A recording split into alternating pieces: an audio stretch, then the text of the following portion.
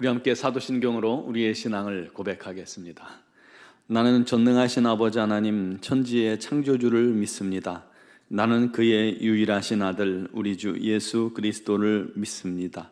그는 성령으로 잉태되어 동정녀 마리아에게서 나시고 본디오 빌라도에게 고난을 받아 십자가에 못 박혀 죽으시고 장사된 지 사흘 만에 죽은 자 가운데서 다시 살아나셨으며 하늘에 오르시어 전능하신 아버지 하나님 우편에 앉아 계시다가 거기로부터 살아있는 자와 죽은 자를 심판하러 오십니다. 나는 성령을 믿으며 거룩한 공교회와 성도의 교제와 죄를 용서받는 것과 몸의 부활과 영생을 믿습니다. 아멘. 찬송가 179장 찬양 드리겠습니다.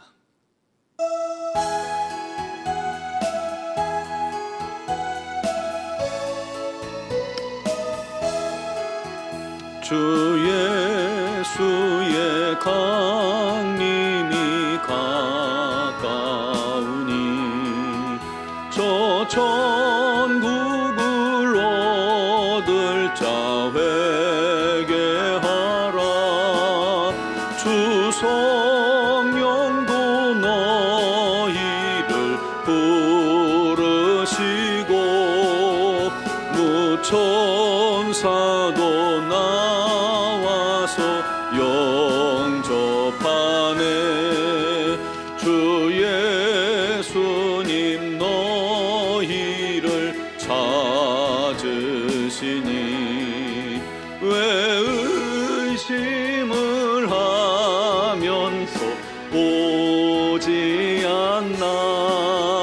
온 세상 죄 담당한 어린 양은 죄 많은 자 불러서 구원하네. 이 세상이 즐기는 재물로는 내 곤심과 고초를 못 면하리. 또 숨질 때 위로를 못 얻으며 저 천국에 갈 길도 못 찾으리.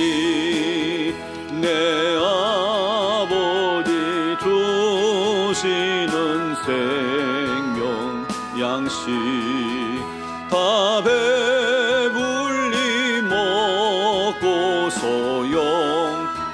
영생하라. 모든 의심을 버리고 주께 오면 그 한없는 자비를 힘입으리. 아멘. 오늘 주신 하나님 말씀은 마가복음 13장 24절로 37절 말씀입니다. 마가복음 13장 24절로 37절을 봉독하겠습니다. 그때에 그 환난 후 해가 어두워지며 달이 빛을 내지 아니하며 별들이 하늘에서 떨어지며 하늘에 있는 권능들이 흔들리리라. 그때에 인자가 구름을 타고 큰 권능과 영광으로 오는 것을 사람들이 보리라.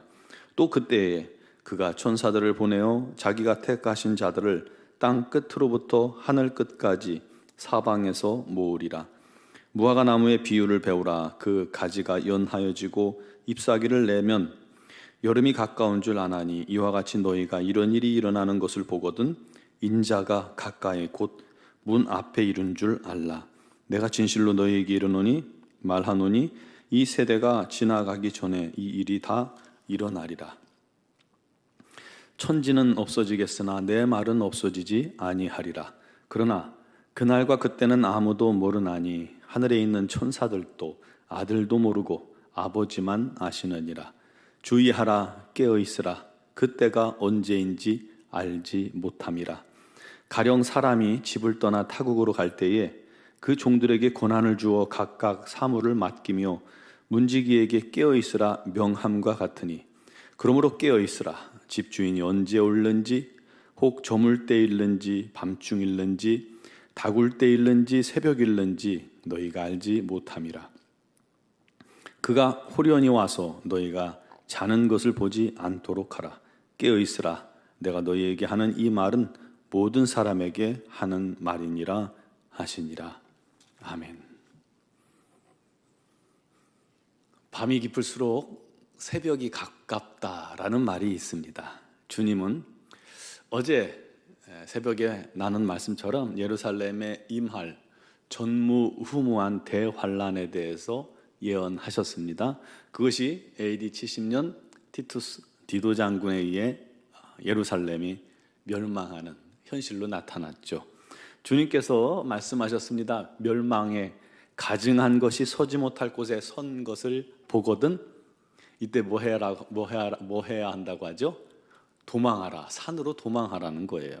지붕 위에 있는 사람들은 집에 무엇을 가질러 내려가지도 말고 집에 들어가지도 말고, 밭에 있는 자들은 겉옷을 가지려 뒤로 돌이키지도 말고 도망치라고 하셨습니다.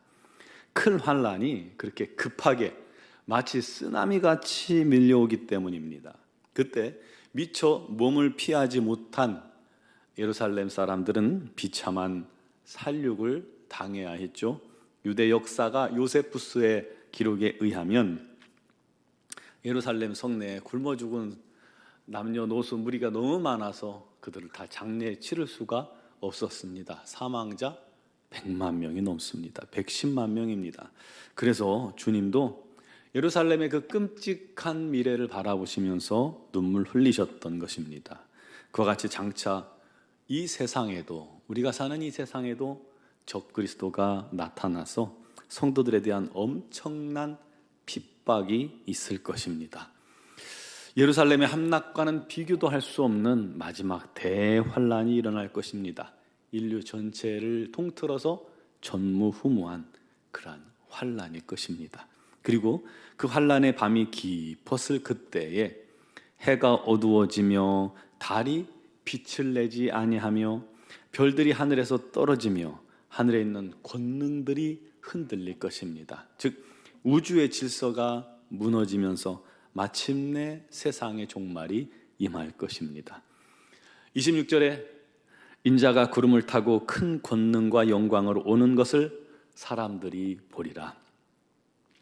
또 그때에 그가 천사들을 보내어 자기가 택하신 자들을 땅 끝으로부터 하늘 끝까지 사방에서 모으리라 말씀합니다. 마침내 그리스도 예수께서 큰 권능과 영광 중에 공중에 임하실 겁니다. 구름 타고 오신다는 것은 손오공처럼 구름을 타는 것이 아니라 구름 가운데 신적인 영광과 위엄으로 오신다는 것입니다. 주님께서 승천하실 때 쭉 들어 올려 가셨는데 구름이 가려 보이지 않더라 하셨잖아요. 그때 천사들이, 제자들이 이렇게 하늘을 보고 있을 때 말했습니다.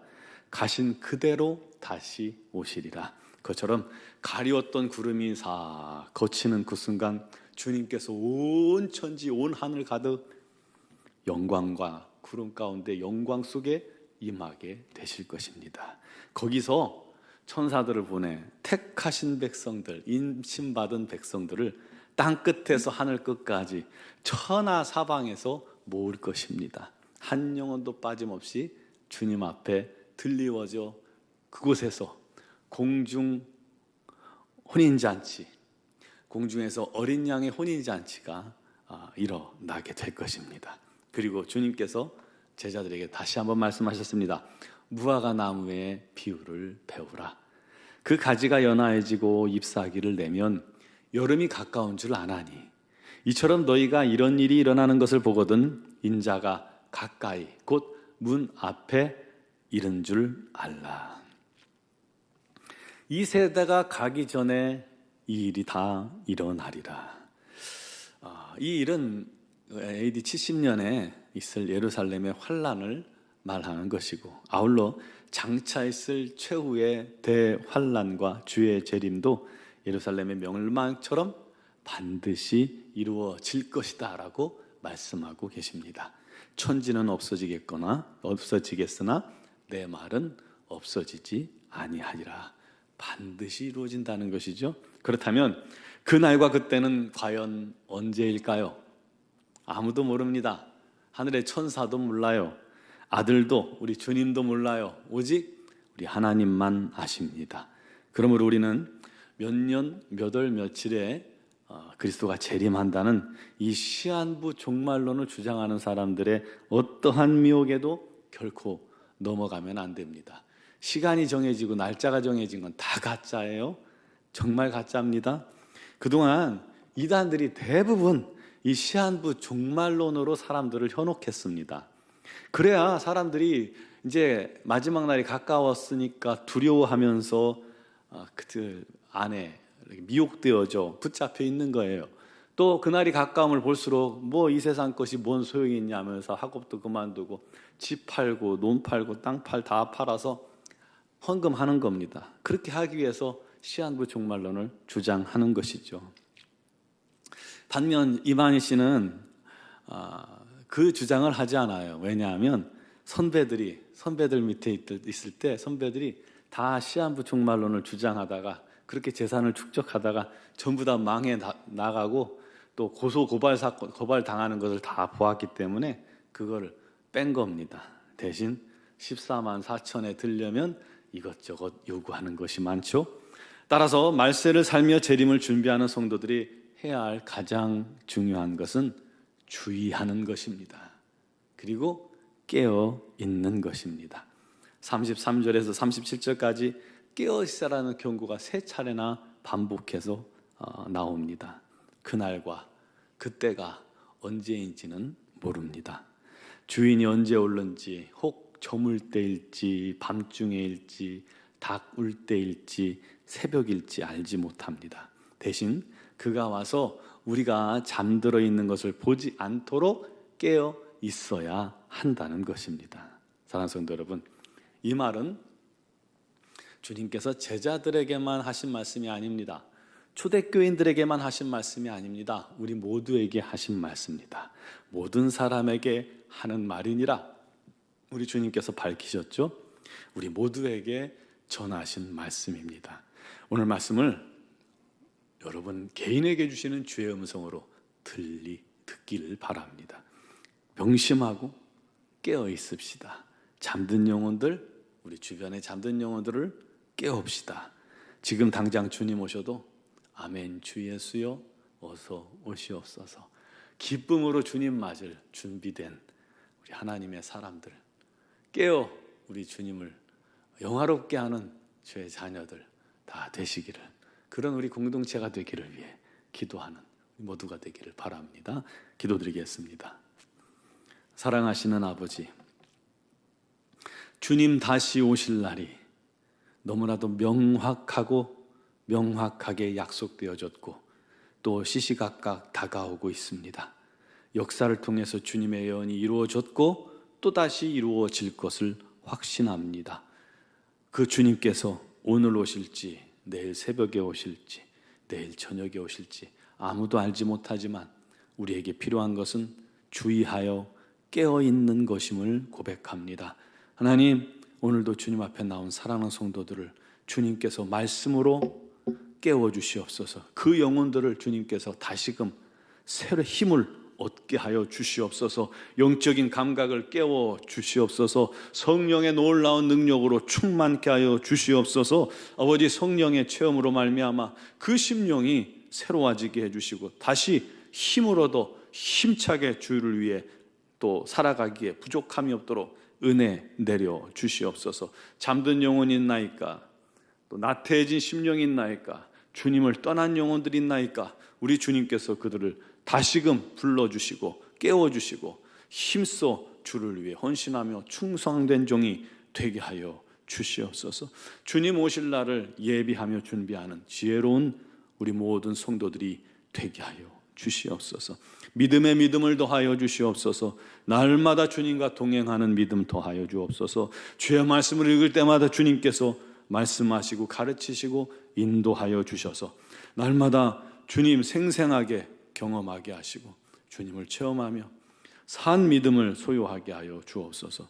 특별히 여러 가지 간구와 기도 제목을 주님께 아뢰을 때에 오늘도 주님께서 친히 응답하여 주옵소서. 무엇보다도 육신의 질고로 말미암아 어려움 당하는 지체들, 수술을 마치고 회복 중에 있는 모든 성도들, 우리 하나님 불쌍히 여기시고 긍휼히 여기시고 강건함을 더하사 우리 하나님의 영광을 위해 힘써 주를 위해 살아가기에 부족함이 없도록 세임 주시고 건강 허락하여 주시옵소서.